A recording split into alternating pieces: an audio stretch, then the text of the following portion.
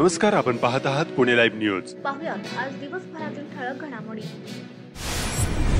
राजगुरुनगर शहर परिसरातील एका गावात 10 वर्षीय बालिकेवर 55 वर्षीय नराधमाने लैंगिक अत्याचार केल्याची घटना समोर आली आहे.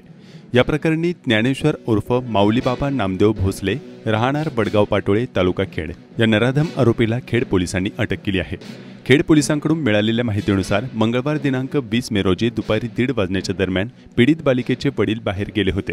मुलगी घरामध्ये एकटीच होती. याचा गैरफायदा घेऊन आरोपीने घरामध्ये जाऊन दरवाजाची आतून कडी लावली.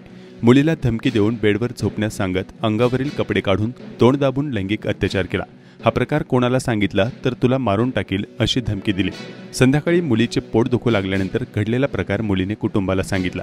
कुटुंबियांनी पोलीस स्टेशनमध्ये तक्रार केली असता पोलिसांनी आरोपीस ताब्यात घेऊन चौकशी करून आरोपी ज्ञानेश्वर उर्फ माऊली बाबा भोसले यास ताब्यात घेतले. आरोपीने गुन्ह्याची कबुली दिली असून पुढील तपास खेड पोलीस करत आहेत. लग्न समारंभात जेवण बनवण्यासाठी गेल्यानंतर आचार्याने जबरदस्ती केली. त्याची माहिती घरी दिल्यानंतर पोलिसात तक्रार दिली. मात्र या प्रकरणात मानसिक त्रासाला सामोरे जावे लागल्यानं तिने टोकाचे पाऊल उचलले. पावसाच्या पाण्याने गढूळ होऊन वाहणाऱ्या भीमा नदीच्या प्रवाहात तिने स्वतःला झोकून दिले. गेले 3 दिवस अल्पवयीन मुलीचा शोध सुरू आहे. राजगुरुनगर जवळच्या चांडोली गावातील अल्पवयीन युवतीची ही करुण कहाणी समोर आली आहे. यातील आचारी आरोपीला खेड पोलिसांकडून अटक झाली आहे. मात्र 3 दिवस शोध घेऊनही तिचा शोध लागला नाही. एनडीआरएफच्या पथकाकडून तिचा शोध घेतला जात आहे. दरम्यान राजगुरुनगर पोलीस ठाण्याच्या हद्दीत 4 महिन्यात अल्पवयीन मुलीवर अत्याचाराची ही 4थी घटना घडली आहे. केटरिंग व्यवसायात काम करताना सोबत आचारी काम करणाऱ्या नराधमाने अल्पवयीन मुलीवर अत्याचार केल्याचे निष्पन्न झाले. अत्याचाराची घटना घडल्यानंतर पीडित मुलगी 3 दिवस बेपत्ता आहे. तक्रार झाल्यानंतर तपास सुरू असताना पोलिसांना राजगुरुनगर चांडोली येथील केदारेश्वर बंधाऱ्यावर मुलीची ओढणी आणि चप्पल मिळून आल्यानं पीडित मुलगी नदीपात्रात असल्याचा अंदाज व्यक्त केला आहे. नदीपात्रात मोठ्या प्रमाणात जलपर्णी आहे. तसेच परिसरात पाऊस पडत असल्यानं नदीपात्रात गढूळ पाणी आले आहे. त्यामुळे तपास कार्यात अडथळे येत आहेत. सुरुवातीला स्थानिक नागरिकांच्या मदतीने शोध घेण्यात आला, मात्र काहीच हाती लागले नाही. शुक्रवारी दिनांक 23 मे 2025 रोजी एनडीआरएफच्या 2 टीमकडून भीमा नदीवरील केदारेश्वर बंधाऱ्यावर शोध मोहीम सुरू आहे. पीडित बहिणीच्या तक्रारीवरून राजगुरुनगर पोलिसांत गुन्हा दाखल करण्यात आला असून नराधम आरोपीही अटक करण्यात आली आहे. तरीही पीडितेचा तपास सुरू असल्याने पोलिसांकडून त्याबाबत अधिकृत माहिती दिलेली नाही. पीडित तरुणीवर अत्याचार झाला. शिवाय 3 दिवसानंतर मुलगी मिळून न आल्यानं कुटुंबियांची चिंता वाढली आहे. राजगुरुनगर जवळच्या चांडोली परिसरातील अल्पवयीन युवती असून संशयित आरोपी आचारी खेड पोलिसांनी ताब्यात घेऊन त्याला अटक केली आहे.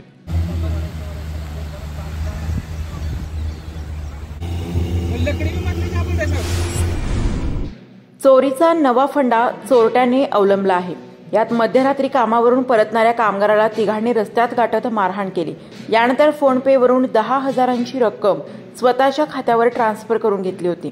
चाकण एमआयडीसी मधून वराळे तालुका मावळ येथील घरी जात असताना नागनाथ दिनकर मुंडे यांची इंदोरी बायपास येथे तिघांनी अडवणूक केली. यानंतर नागनाथ यांना बळजबरीने दुचाकीवर बसवले. पुढे कोटेश्वरवाडी ते माळवाडी मार्गावर त्यांनी दुचाकी उभी करून 2,000 रुपये ऑनलाईन पाठवून द्या असे सांगितले. यावेळी नागनाथ यांनी त्यांच्या तावडीतून सुटण्याचा प्रयत्न केला, मात्र त्यांना जबर मारहाण करून फोनवरून 10,000 जबरदस्तीने काढून घेण्यात आले. पोलिसांनी बँकिंग आणि तांत्रिक विश्लेषण करून मारेकरींचे लोकेशन शोधले. तसेच फोन पे वरून 10,000 रुपये ज्या खात्यावर पाठवले त्याच्या डीपी प्रोफाईल फोटोवरून खेड तालुक्यात शेलू येथे पोलीस पोहोचले.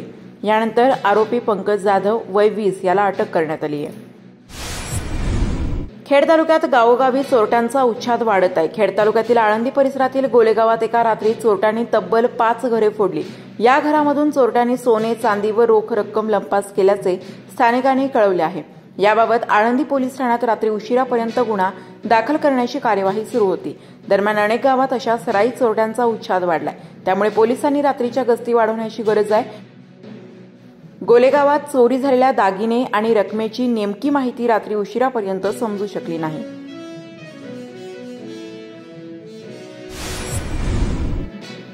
चौदा वर्षीय मुलीला पळवून नेऊन घरात डांबून ठेवल्याप्रकरणी खेड पोलीस ठाण्यात एका 18 वर्षीय मुलावर गुन्हा दाखल करून त्याला शिताफीने अटक करण्यात आली आहे. याबाबत खेड पोलिसांनी दिलेल्या माहितीनुसार दिनांक 22 मे रोजी सकाळी 11 वाजण्याच्या सुमारास वाडा राजगुरुनगर रस्त्यावरील शांताई पेट्रोल पंपाजवळून 14 वरिष्ठ 6 महिने वयाच्या अल्पवयीन मुलीला फूस लावून आदित्य संतोष बोंबले वय 18 राहणार चांडोली तालुका खेड याने पळवून नेले होते. तिला कोहिनकरवाडी तालुका खेड येथे एका खोलीत डांबून ठेवले. संध्याकाळी पीडित मुलीने डांबून ठेवलेल्या खोलीतून आरडाओरडा केला। त्यावेळी गावातील एका महिलेने तिची खोलीतून सुटका केली। पोलिसांनी पीडित निर्भयाची फिर्याद घेतली, मात्र आदित्य संतोष बोंबले हा फरार झाला होता। पोलिसांनी तांत्रिक विश्लेषणाच्या आधारे त्यास अटक केली। अधिक तपास खेड पोलीस करीत आहेत। जासकमान धरण परिसरातील गुंडाळवाडी बीबी येथे जलजीवन मिशन अंतर्गत चालू असलेल्या कामाची गुणवत्ता खराब असल्याचे ग्रामस्थ आणि ग्रामपंचायत सदस्य यांच्या लक्षात आल्यानंतर वारंवार पंचायत समिती, जिल्हा परिषदच्या संबंधित अधिकाऱ्यांकडे लेखी तक्रार केली। त्यानंतर आता या कामाचे पोस्टमॉर्टम केले जात असून अनेक धक्कादायक अनियमितता समोर येत आहे। पंचायत समिती पाणीपुरवठा विभागाच्या अभियंता सुप्रिया शृंगारे व ठेकेदार सागर मांजरे यांच्या उपस्थितीमध्ये पाण्याच्या टाकीची पाहणी आणि तांत्रिक तपासणी करण्यात आली। 15 दिवसात लेखी अहवाल देण्याचे आश्वासन यावेळी देण्यात आले। त्याला कुठं माहिती आहे का, जिथं साऊंड कॉन्क्रीट आहे तिथं मार।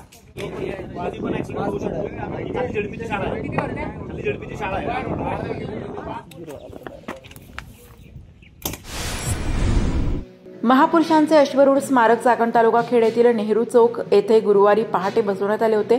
मात्र रातोरात आणि कुठल्याही परवानगीशिवाय हे स्मारक उभारण्यात आल्याच्या पार्श्वभूमीवर चाकण पोलीस आणि पालिका प्रशासनाने हे स्मारक काढून सुरक्षित ठिकाणी नेले। मात्र हे स्मारक उभारणारे मराठा क्रांती मोर्चाचे समन्वयक मनोहर वाडेकर यांनी प्रशासनावर गंभीर आरोप करत शुक्रवारी 23 मे 2025 रोजी आंदोलनाची भूमिका घेतली। चाकण पालिकेत वाडेकर यांच्यासह पुणे आणि मराठवाड्यातून आलेल्या काही कार्यकर्त्यांनी ठिय्या मारला। ते स्मारक आमच्याकडे पुन्हा सुपूर्द करा अशी आंदोलकांची मागणी होती। अखेरीस पोलीस आणि आंदोलक यांच्या चर्चा होऊन न्यायिक मार्गाने स्मारक ताब्यात घेण्याचे पोलिसांनी सुचवले। त्यानंतर मागील 2 दिवस सुरू असलेल्या या संवेदनशील विषयावर पडदा पडला। त्यानंतर मराठवाडा व पुण्यातून आलेले कार्यकर्ते परतले। दरम्यान पोलिसांची चर्चेपूर्वी येथे जमलेल्या आंदोलकांनी नेमकं काय सांगितले पाहूया। काल आणि 21 तारखेला संध्याकाळी म्हणजे पाटे दिवस उगवण्याच्या टायमाला दिवस उगवला त्यावेळेस महाराजांचा घोड्याची पुतळा स्थापन केला होता।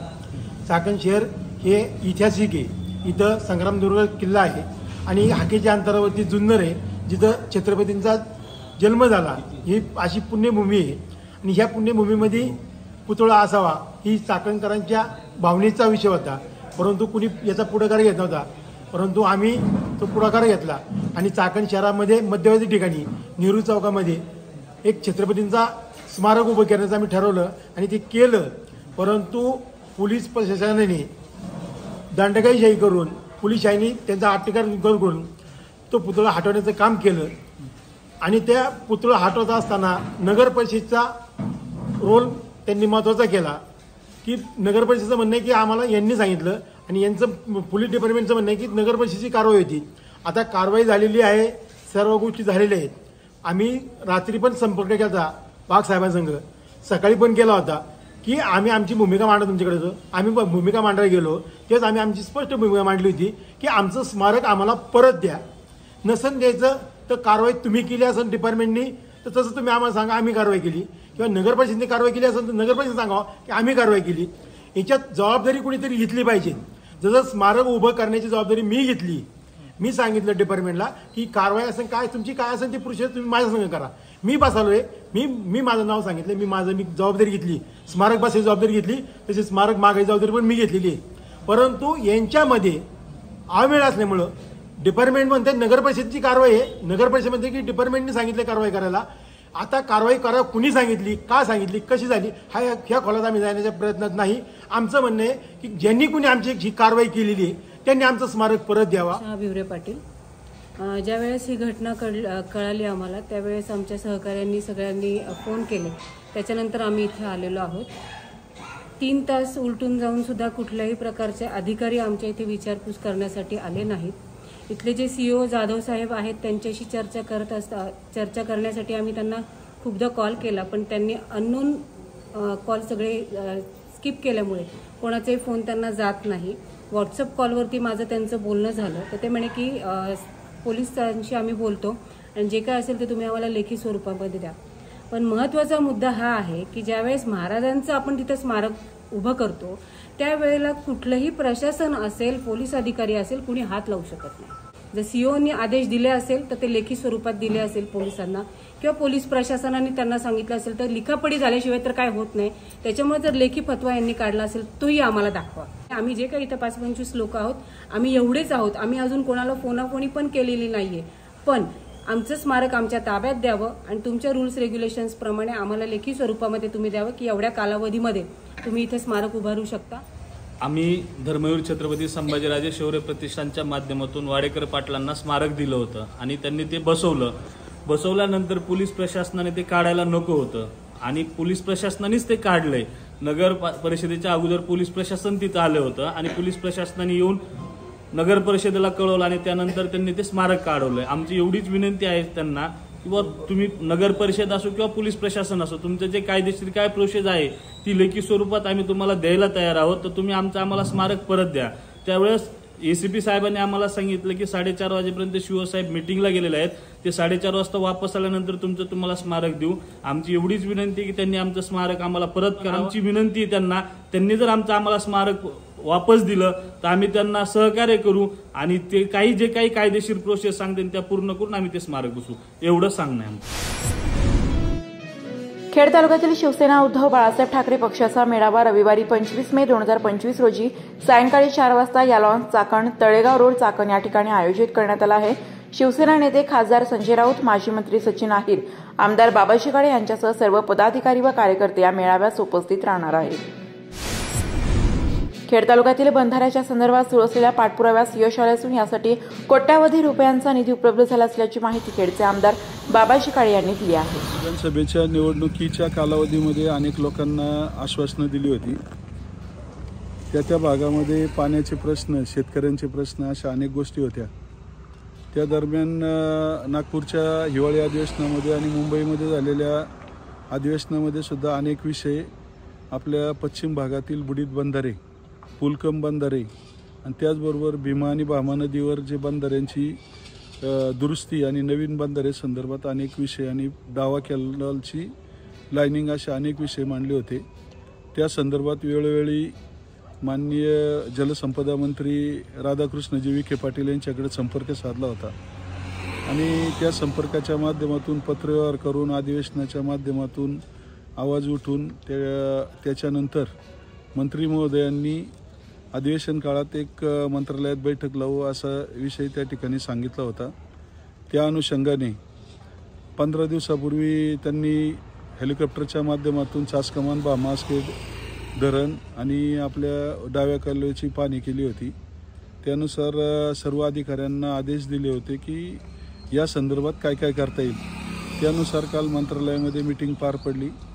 त्यानुसार नियामक मंडळानं जे मीटिंगमध्ये आपल्या भामा नदीवर 9 बंधाऱ्यांची दुरुस्तीसाठी जवळजवळ 40-45 कोटी रुपयाची तरतूद त्या ठिकाणी केलेली आहे आणि येत्या होणाऱ्या नियामकच्या बैठकीमध्ये चासकमानच्या खाली जेवढे भीमा नदीवर बंधारे त्यासाठी सुद्धा तरतूद होणार आहे आणि पुलकम बंधारे पश्चिम भागामध्ये त्या ठिकाणी व्हावेत अशी जी मागणी होती त्यासाठी सुद्धा निधी देण्याचं मंत्री महोदयांनी आदेश केलेले आहेत. आणि एक धुवली वांजळीच्या जवळ पुलाचं काम नुकतंच इरिगेशनच्या माध्यमातून सुरू होतं, परंतु त्या ठिकाणी स्थानिकांची मागणी होती त्याला पुलकम बंधारा व्हावा म्हणून तशा स्वरूपाचं पत्र कार्यकारी अभियंता ईडी आदरणीय कपोले साहेब यांना आणि मंत्री महोदयांनाही दिलं होतं. त्यामुळे मंत्री महोदयांनी आदेश काल दिलेले आहेत की तो पुलकम बंधारा व्हावा आणि तशा पद्धतीनं ते पुलकम बंधारा धुवली वांजळीचा होणार आहे. अशा पद्धतीनं सातत्याने माझे पश्चिम भागातील बुडीत बंधारे, पुलकम बंधारे, नदीच्या खालचे बंधारे आणि डाव्या कालव्याला लाईनिंग असे अनेक विषय टप्प्याटप्प्यानं मार्गी लागत चाललेले आहेत.